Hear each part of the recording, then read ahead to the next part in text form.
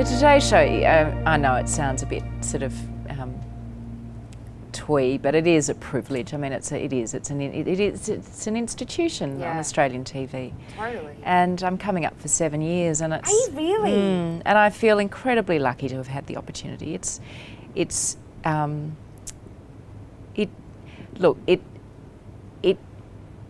lot of fun. It's exhilarating.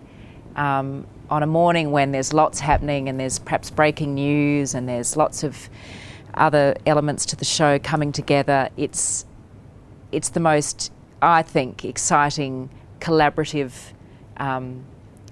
satisfying opportunity there is really in TV. I mean, in my experience. Yeah. So I feel really lucky to be part of the team, and it is a great team. You would have to love it because you get up at 3:30. Yeah, having said that, I've got to tell you, every morning when the alarm goes off at 3:30, I don't jump out of bed. It's hard. It would be so hard. What time do you go to sleep? 9-ish. Do you?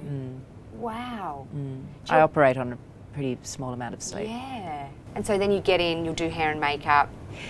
In it as they're doing the angels are doing the makeover, I'm reading the papers and watching the TV and trying to get across briefs and working out what's happening for the day. And then I have a conference call with the producer to work out what we're going to do, and I tweak all the scripts, and then on air at 5:30. So I hit the ground running, which I love. I don't like sitting around and waiting for something to happen. Yeah. So, and we're all in it together. It's very collaborative. Yeah. So if you're having a bad day, someone else props you up, and it's teamwork. And but for the first few years of the children's life, it was, I went back full time when my son was 6 months and my daughter was 2. Right. Those first couple of years were excruciatingly hard because they'd often be up during the night or waking up, or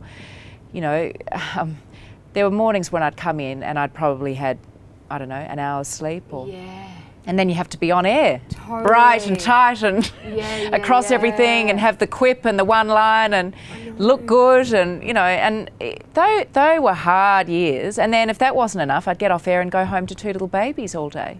So there was just no rest? No respite. Wow. And I'd ring my husband. I remember there was a time I used to ring him at about 3:30 and go, "When are you coming home?" And he'd say, "Babe, it's 3:30." And I'd go, "Yes, when are you coming home?" I'm like and he'd say, now, "Well, I probably won't be home till about 6. And I'd go, "No! Come home now!" Totally like that. I'm like that with one. And Sam, and I know what time he gets home, but sometimes I'll just text just maybe on the chance he's coming home early. Yeah, oh yeah, we've all done that. Normal time, I'm like, I don't think I'm going to go home. Yeah, yeah. Because it gets to the point sometimes where I'm like, I can't look at my son right now. Yeah. It's too much, just shush. Yeah. Sometimes I hear myself going, no talking. And now he says it back to me sometimes when I'm talking. He's like, no talking. I'm like, oh, that's my own fault. I've told you no talking too many times. You're doing well if he's only saying no talking. It's splashed in amongst other things there as well.